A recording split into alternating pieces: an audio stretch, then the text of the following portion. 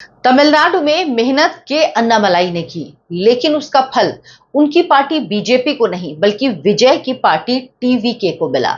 2026 विधानसभा चुनाव में विजय की पार्टी को 108 सीट मिली और बीजेपी को मात्र 1 सीट। अब आप सोच रहे होंगे ये मैं कौन सा कनेक्शन भिड़ा रही हूं। कहां अन्नामलाई बीजेपी के हैं, विजय की पार्टी टीवीके है। अन्नामलाई कैसे विजय की पार्टी को फायदा पहुंचाएंगे और क्यों अपनी ही पार्टी को नुकसान पहुंचाएंगे, तो ये सब कुछ आपको समझ में आ जाएगा। और आपको समझ में आएगा कि बीजेपी जो चुनावी रणनीति में माहिर मानी जाती है वो भी किस तरह से कई बार गलतियां कर देती है और आज शायद वो गलती देखकर पार्टी पछता भी रही होगी। विजय ने अपनी पार्टी फरवरी 2026 में बनाई, तमिलगा वेत्री कजगम नाम से, यानी टीवीके। अब जो तमिलनाडु की जनता है वो द्रविड़ राजनीति से उब चुकी थी, एक विकल्प ढूंढ रही थी और टीवीके यही विकल्प बनकर सामने आए। इस विकल्प की तैयारी के अन्नामलाई ने अपने अध्यक्ष बनने के बाद, जब वो तमिलनाडु के अध्यक्ष बने 2021 में बीजेपी के, उसके बाद शुरू कर दी थी और 2023 में तो उन्होंने इसमें पूरा जोर भी लगा दिया था। विजय की जो सबसे बड़ी ताकत है वो उनकी लोकप्रियता है। तमिलनाडु में उनकी फैन फॉलोइंग है, उनकी फिल्मों की वजह से बड़े प्रसिद्ध एक्टर हैं वो। लेकिन राजनीति में उनका समर्थन सिर्फ स्टारडम की वजह से हो ऐसा आप नहीं कह सकते हैं। दरअसल तमिलनाडु के लोग परेशान थे, वो डीएमके, एआईएडीएमके पिछले 60 साल से वो यही चुन रहे थे, तो वो थक चुके थे, वो नई राजनीति तलाश रहे थे और ये विकल्प उनको दिखा विजय में।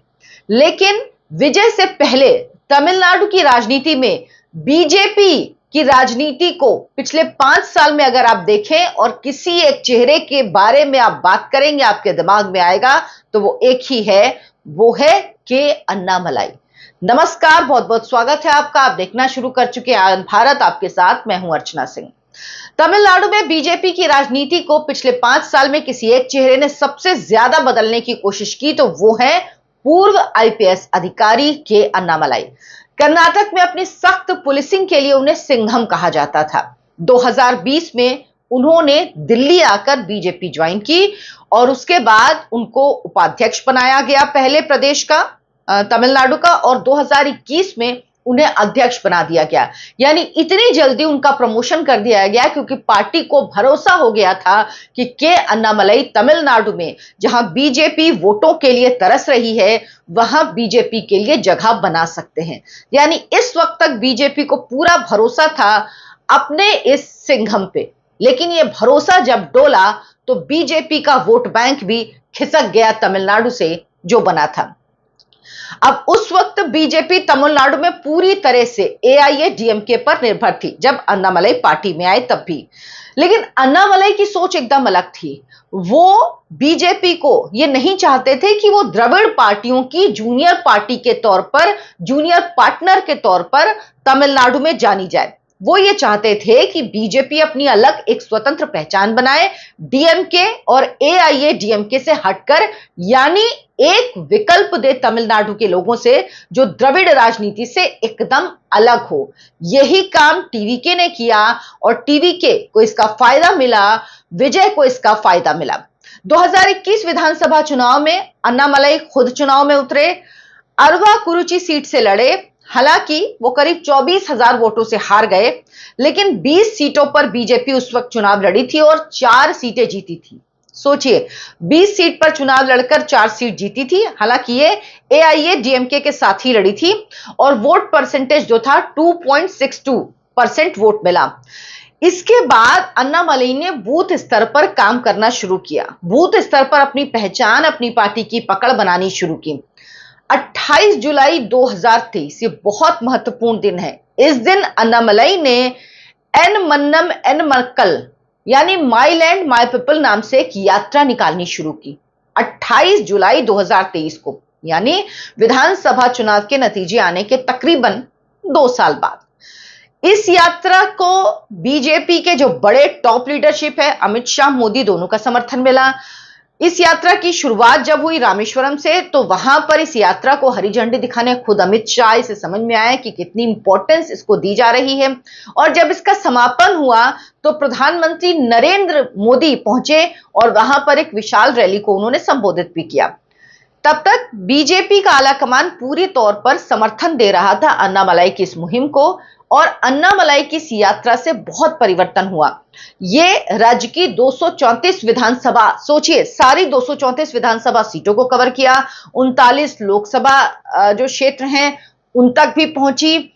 सिर्फ राजनीतिक यात्रा ये नहीं थी, बल्कि एक जनसंपर्क यात्रा बनी। सोचिए आप तमिलनाडु की हर एक विधानसभा में जा रहे हैं, हर एक लोकसभा में जा रहे हैं, यानी आप अपनी पहुंच, अपनी पहचान हर एक व्यक्ति से जोड़ रहे हैं। तो ये राजनीतिक यात्रा ना होकर एक जनसंपर्क अभियान के तौर पर बन गई थी। अन्नामलाई गांव-गांव में गए, सीधे लोगों से मिले, डीएमके सरकार पर भ्रष्टाचार, परिवारवाद, कानून व्यवस्था को लेकर सवाल उठाए, और सबसे बड़ी बात, युवाओं और पहली बार वोट डालने वाले मतदाताओं का इस दौरान अन्नामलाई को जबरदस्त समर्थन मिला। युवाओं में अन्नामलाई का बहुत क्रेज था और यह देख के लगा कि वाकई कुछ ना कुछ परिवर्तन जरूर होगा। तमिलनाडु की राजनीति में वहां के लोगों को भी शायद पहली बार ऐसा लगा था कि एआईएडीएमके और डीएमके के अलावा कोई तीसरी राजनीतिक जमीन भी बन सकती है।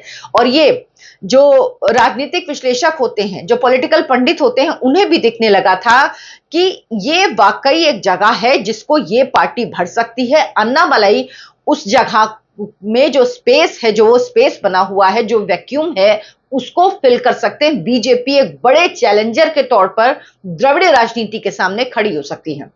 अब 2024 के लोकसभा चुनाव जब हुए तो अन्नामलाई चाहते थे कि बीजेपी अकेले चुनाव लड़े, और बीजेपी ने यही किया। एआईएडीएमके के साथ छोड़ दिया। 2021 का चुनाव साथ में लड़ा था, 2024 के चुनाव में छोड़ दिया साथ और अकेले चुनाव लड़ी। तब भी सीटें नहीं मिली बीजेपी को, लेकिन वोट प्रतिशत जो 2.62% था वो बढ़कर 11.24% हो गया। अब ये अन्नामलाई की इस यात्रा का ही नतीजा था, इस यात्रा का ही फल था।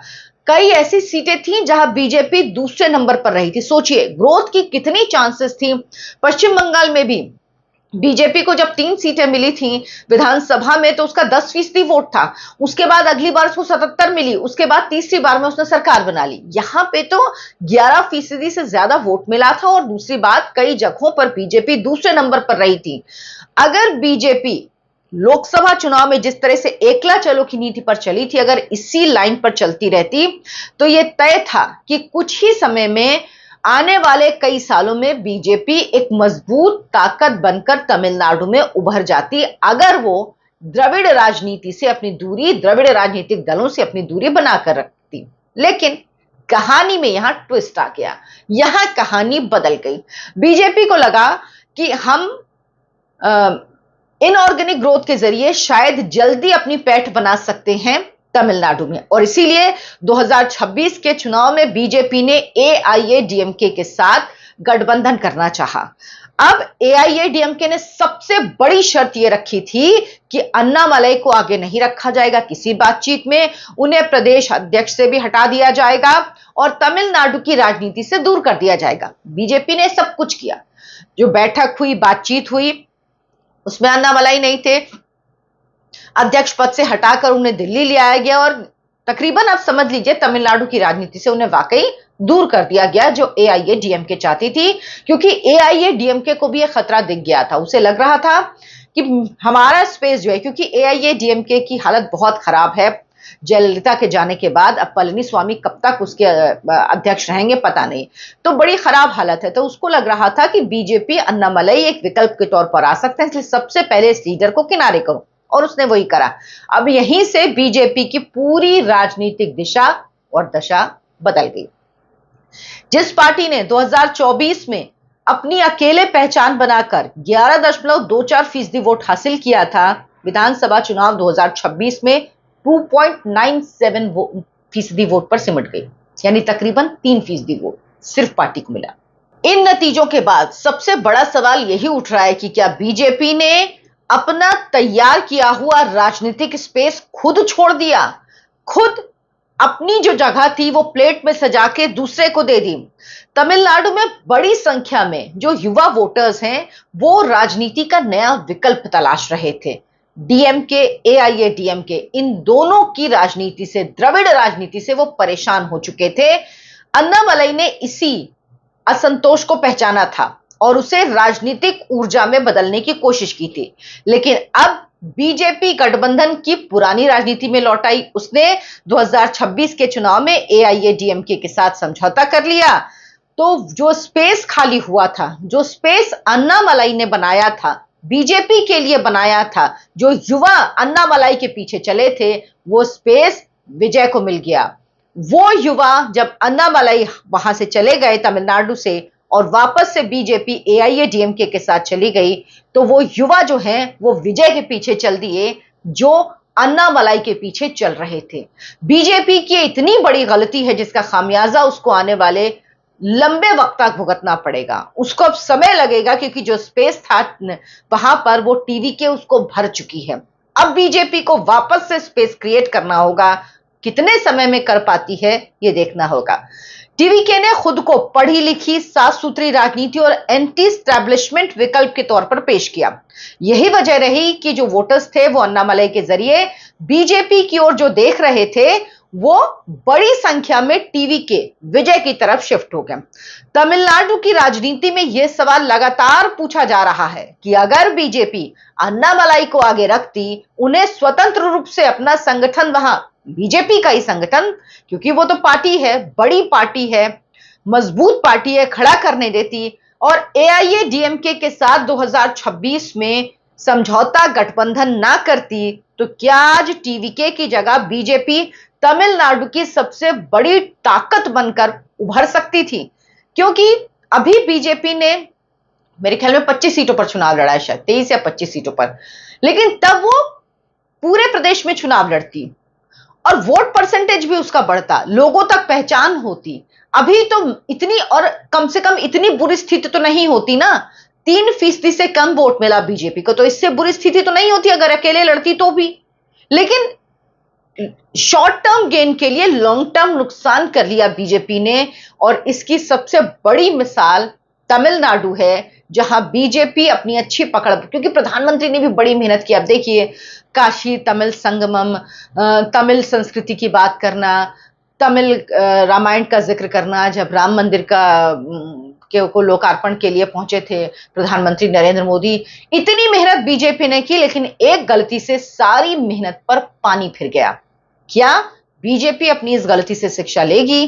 क्या बीजेपी वापस से अन्नामलई को तमिलनाडु का अध्यक्ष बना के, प्रदेश अध्यक्ष बना के उन्हें वापस भेजेगी और उन्हें जिस तरह से वो काम कर रहे थे उस तरह से काम करने की आजादी देगी? बीजेपी की इस वैक्यूम को, बीजेपी के नेता अन्नामलई ने इस वैक्यूम को 2024 में पहचान लिया था। 2024 का उनका एक वीडियो जिसमें वो कह रहे हैं कि एक स्पेस बना है, युवा है, पीछे चल रहे हैं। वो सब वो बात कह रहे हैं जो विजय के साथ हुआ, जो टीवीके के साथ हुआ, जो 2026 में हुआ। वो 2024 के चुनाव की रैली में अपनी बात वही कह रहे थे, लेकिन बीजेपी उनके विजन को समझ नहीं पाई।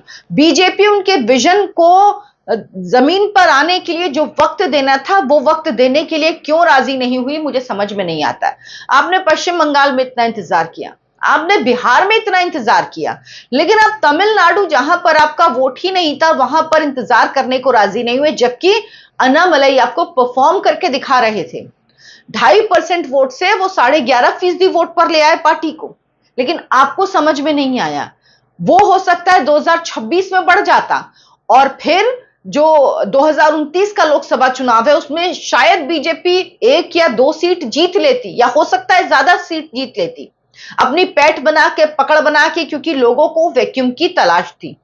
अब वो वैक्यूम भर चुका है। देखना होगा विजय किस तरह से परफॉर्म करते हैं और बीजेपी अन्नामलई को आगे क्या तमिलनाडु की राजनीति में वापस लाती है। सारे सवालों का जवाब इसी में छुपा है। आप क्या सोचते हैं? आपको क्या लगता है कि अन्नामलई को वापस तमिलनाडु बीजेपी को भेजना चाहिए, अध्यक्ष पद उन्हें वापस देना चाहिए और तभी बीजेपी तमिलनाडु में आगे बढ़ पाएगी, या टीवीके के आने के बाद अब वहां पे कोई रास्ता नहीं है? अपनी राय कमेंट करके मुझे जरूर बताएं। वीडियो को लाइक करें, शेयर करें, हमारे चैनल एंड भारत को सब्सक्राइब कर लें। धन्यवाद, नमस्कार।